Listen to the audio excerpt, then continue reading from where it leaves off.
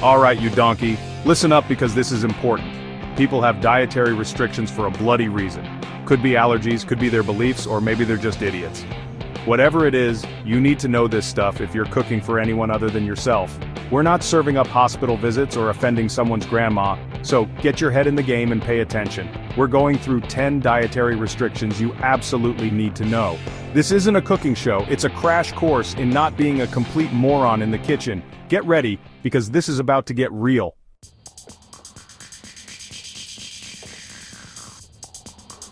Right, first up, lactose intolerance. You think everyone enjoys a good cheese board? Think again. These poor sods can't handle lactose, the sugar in milk. It's like their body forgot how to digest it properly. Gives them bloating, gas, the runs. Not a pretty sight, believe me. So no milk, no ice cream, no creamy sauces unless you want to clear the room faster than you can say service. And for God's sake, check the labels. Hidden dairy is everywhere.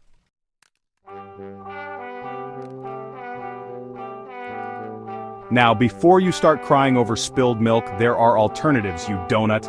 Almond milk, soy milk, oat milk, even potato milk if you're feeling adventurous. They might not be perfect, but they're a damn sight better than nothing. Just remember to adjust your recipes accordingly. Oat milk doesn't behave like cow's milk, you hear me? Get it right, and you might just impress even the most lactose-intolerant diner.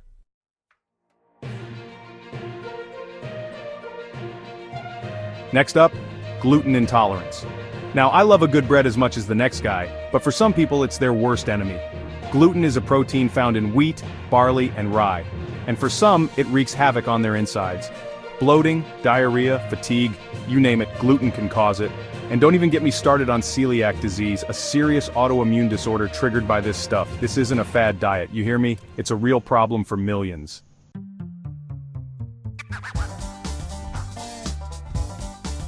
Now, just because gluten's off the menu doesn't mean flavor has to go out the window.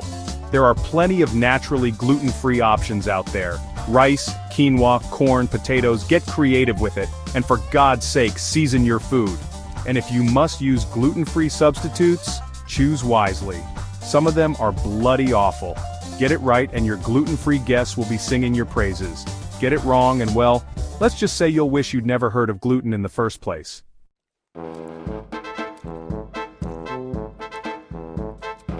Alright, you donkey, listen up. Vegetarianism. It's not just about pushing lettuce around your plate, it's a bloody commitment, a lifestyle choice where you say, sod off to meat, poultry, and fish. Think of it as a culinary boot camp. But instead of yelling at you, I'm yelling at the lack of dead animals on your plate. Vegetarians rely on plant-based foods. Fruits, vegetables, grains, legumes, you know, the stuff some of you idiots try to avoid. Now, there are different levels to this game, yeah? You've got your lacto-ovo vegetarians. They're like the line cooks who can handle a bit of dairy and eggs without chucking a wobbly. Then you've got your lacto-vegetarians who ditch the eggs but keep the cheese for their pizza. And finally, the hardcore vegans. They're the Michelin star chefs of the vegetarian world, completely off limits to anything that ever had a heartbeat.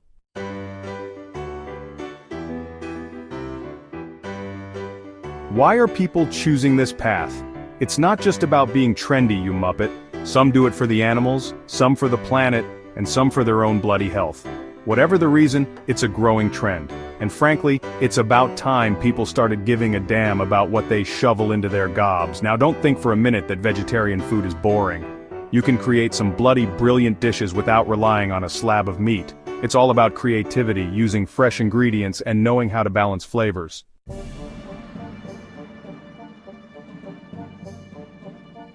Right, you lot, listen carefully because this is important.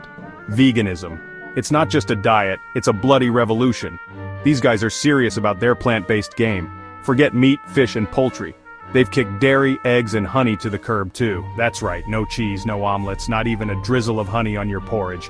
They're basically playing culinary Jenga with the entire food pyramid, and they're doing a bloody good job of it. Now, I know what you're thinking, but Gordon, what the bloody hell do they eat? Well, let me tell you, they eat a hell of a lot more than you think.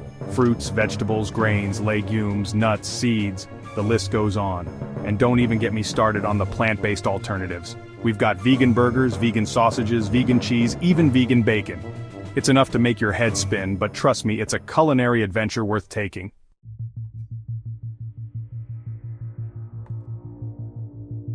Now, I'm not saying it's easy being vegan. It takes commitment, planning, and a willingness to read food labels like a hawk. But the benefits? They're undeniable. Vegans tend to have lower cholesterol, lower blood pressure, and a lower risk of heart disease. Plus, they're doing their bit for the planet by reducing their carbon footprint.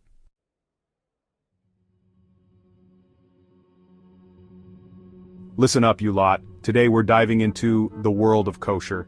Now, this isn't some trendy fad diet, alright? This is a way of life, a set of dietary laws that have been followed by the Jewish community for centuries. It's about respect for tradition, for the animals, and for the food itself. So pay attention because this is serious business.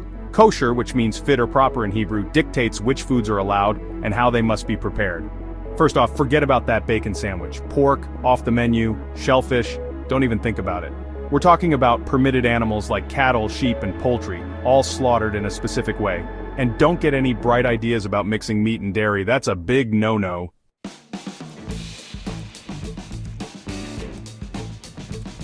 Now, I know what you're thinking, bloody hell, Gordon, that sounds complicated. And you're not wrong. There are specific rules for everything from the sourcing of ingredients to the actual cooking process. For example, utensils and cookware must be designated as either meat or dairy. You can't just go swapping them willy-nilly.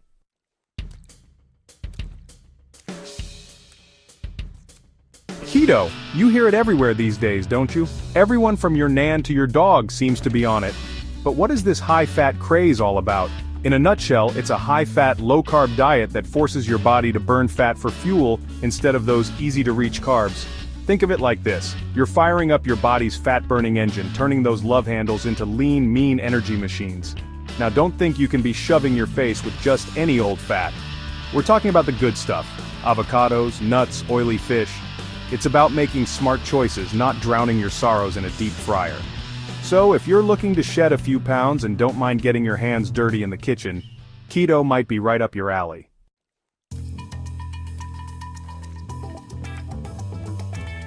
Listen up because this is important. Keto is a complete dietary overhaul. It's not for the faint of heart, and it's definitely not for those who crumble at the sight of a salad. You're going to be saying goodbye to bread, pasta, rice, and even some fruits. Yeah, you heard me right, those sugary treats? Forget about it. But hold on, don't go crying to your mommy just yet. There are plenty of delicious and satisfying keto-friendly alternatives out there. We're talking creamy avocado smoothies, cheesy cauliflower crust pizzas, and decadent chocolate avocado mousse. The key is to be prepared, do your research, and for God's sake learn to cook. Otherwise, you'll be stuck eating bland, boring salads and wondering why you ever thought keto was a good idea.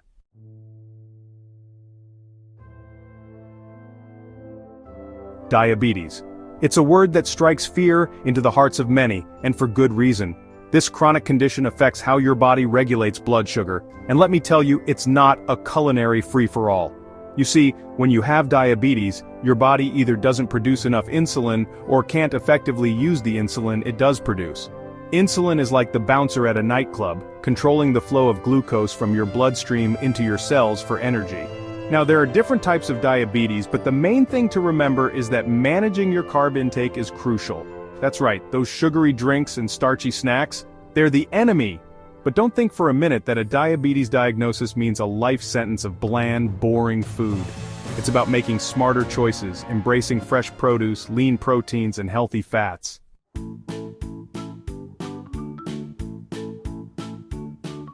Managing diabetes is a marathon, not a sprint, and your diet is your secret weapon. It's about making sustainable changes that you can stick with for the long haul. That means ditching the processed junk and embracing whole, unprocessed foods. Think lean proteins like chicken, fish, and tofu. Load up on colorful vegetables and don't be afraid of healthy fats found in avocados, nuts, and olive oil. Portion control is key here. Don't go piling your plate sky high. Think quality over quantity, and listen to your body's hunger cues. And for God's sake, stay hydrated. Water is your best friend when it comes to managing diabetes. It helps flush out excess glucose and keeps your body running smoothly. Remember, managing diabetes is a team effort and your diet is the star player.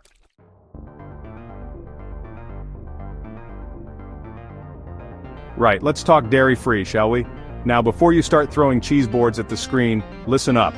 More and more people are ditching dairy these days, and it's not just a trendy fad. Some people are lactose intolerant, meaning their bodies can't digest lactose, the sugar found in milk. It's like trying to fit a square peg in a round hole. It just doesn't work, leading to bloating, gas, and a whole lot of discomfort. Others choose to go dairy-free for ethical reasons, like animal welfare or environmental concerns, and some just feel better without it. Whatever the reason, going dairy-free doesn't mean you have to resign yourself to a life of culinary deprivation. There are countless plant-based alternatives available these days, from almond milk and cashew cheese to coconut yogurt and vegan ice cream.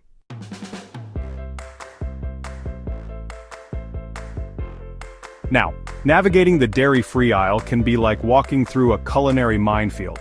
There's a lot of processed junk out there masquerading as healthy alternatives. Don't be fooled by fancy packaging and buzzwords. Read the labels carefully and look for products with minimal ingredients and no added sugar. And remember, just because something is labeled dairy-free doesn't automatically make it healthy. Focus on incorporating whole, unprocessed foods into your diet, like fruits, vegetables, legumes, and whole grains. These foods are naturally dairy-free and packed with essential nutrients. And don't be afraid to get creative in the kitchen. There are countless delicious and satisfying dairy-free recipes out there just waiting to be discovered.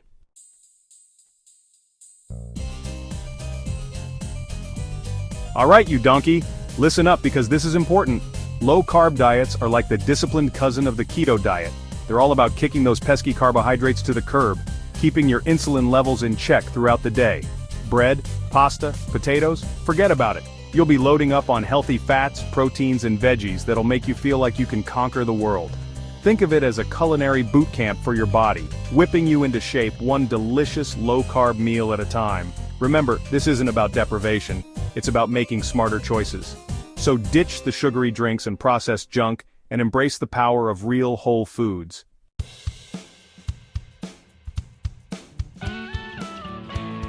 Now don't think for a minute that low-carb means boring. You can still enjoy flavorful dishes bursting with taste. Think grilled salmon with roasted asparagus, a juicy steak with a side of cauliflower mash, or a vibrant chicken salad packed with crunchy veggies. The key is to get creative in the kitchen and experiment with different flavor combinations. And for God's sake, season your food. There's no excuse for bland, tasteless dishes, even on a low-carb diet. So put in the effort and you'll be rewarded with meals that are both satisfying and good for you.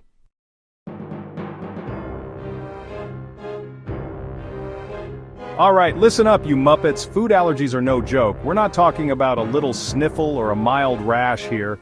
We're talking serious business, life or death in some cases.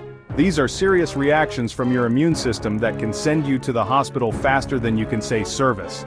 Peanuts, shellfish, dairy, eggs, these are just a few of the usual suspects. But here's the kicker, everyone's different. What might be a minor inconvenience for one person could send another into anaphylactic shock. So pay attention, you hear me?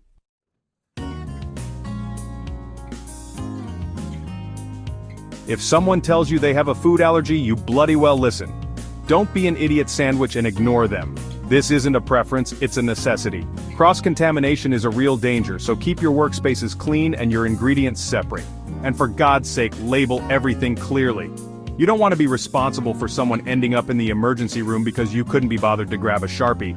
Respect the restriction, cook with care, and everyone will leave happy and healthy.